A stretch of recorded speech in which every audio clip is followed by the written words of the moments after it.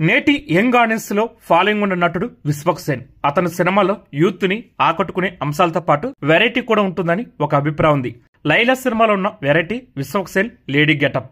ఈ సినిమాలో యూత్ ని ఆకట్టుకునే అంశాలు ఉన్నాయా, వాటి స్థాయి ఎలా ఉందనేది మన రివ్యూలోకి తెలుసుకుందాం. సోను ఒక లేడీస్ బ్యూటీ పార్లర్ నడుపుతుంటాడు. ఆ ఏరియాలోని ఆడవాళ్ళంతా తమ మీద చేయి పడితే సోనుదే పడాలని ఊలురుతుంటారు. తమ భర్తలు కూడా సోనులాగా సున్నితంగా పట్టుకుంటూ అతని టచ్ గురించి చెబుతుంటారు. సోను మాత్రం తన కస్టమర్స్ ని అక్కాను సంబోధిస్తూ వాళ్ళకి సాయపడుతుంటాడు. ఒకరోజు ఒక నల్లటి అమ్మాయిని మేకప్ వేసి తెల్లగా మారుస్తాడు సోను. ఆ ఏరియాలో రౌడీ అయిన రుస్తుం ఆమెను చూసి మనసు పారేసుకుని పెళ్లి చేసుకుంటాడు. తీరా షోర్మై ఆమె స్నానమయ్యాక మేకప్ అంతా పోవడం వల్ల ఆమె అసలు రంగు బయటపడుతుంది. తాను మోసపోవడానికి కారణం సోను చేసిన మేకప్ అని ఆ పార్లర్పై దాడి చేస్తాడు రుస్తుం. దానికి తోడు లోకల్ ఎస్ఐతో అతనికి గొడవ ఉంటుంది. మొత్తానికి రుస్తుం నుంచి ఎస్ఐ నుంచి తనను తాను కాపాడుకోవడానికి లైలా పేరుతో ఆడవేషం వేసుకుని తిరుగుతుంటాడు సోను. లైలాను చూసి ఎస్ఐ రుస్తుం ఇద్దరు మోజు పడతారు. ఆ తర్వాత ఏం జరిగిందనేది ఈ సినిమా కథ. హీరోలు ఆడవేషాలు వేసిన సినిమాలు అనగానే నరేష్, చిత్రం, బలారి విచిత్రం, రాజేంద్ర ప్రసాద్, మేడం సినిమాలు తక్కువ గుర్తుకొస్తాయి. చిత్రం, బలారి విచిత్రం సినిమాలు కూడా అప్పటి లెక్కలు అశైలం అనిపించే సన్నివేశాలు లేకపోలేదు. కానీ బలమైన comedy track, soft love story ఉండడం వల్ల అది అప్పట్లో పెద్ద హిట్ అయింది. కానీ ఈ లైలా సినిమా అశైలానికి కేర పడ్రస్ అని చెప్పాలి.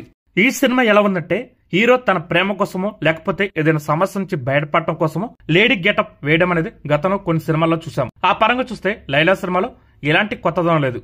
ఇలాంటి కథను తీసుకున్నప్పుడు రైటింగ్ తో మ్యాజిక్ చేయాలి. కామెడీతో ప్రేక్షకులకు కడుపుబ్బ నవ్వించి బోర్ కొట్టకుండా చేయగలగాలి. కానీ లైలా సినిమా విషయంలో అది జరగలేదని చెప్పాలి.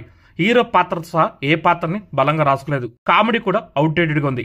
డబుల్ మీనింగ్ డైలాగ్స్ ఉంటే చాలు యూత్ ఎగబడిపై సినిమా చూసేస్తారు అనే భ్రమలో స్క్రిప్ట్ రాసుకున్నట్టున్నారు. ఇప్పుడున్న యువ దర్శకులు విభిన్న కథలతో ప్రేక్షకులను సర్ప్రైజ్ చేస్తున్నారు. ఇలాంటి టైంలో లైలా లాంటి సినిమా రావడం నిజంగా ఆశ్చర్యపరిచే విషయం చెప్పాలి. కథలో ఎలాంటి కొత్తదనం లేదు. కథనంలో ఎలాంటి మెరుపుల్లో కాలం చెల్లిన సన్నివేశాలు, కామెడీ ట్రాక్స్ తో సినిమాను చుట్టేశారు. విశ్వక్సేన్ తన కెరీర్ స్టార్టింగ్ లో కథల ఎంపికలో వైవిధ్యం చూపించి మెప్పించాడు.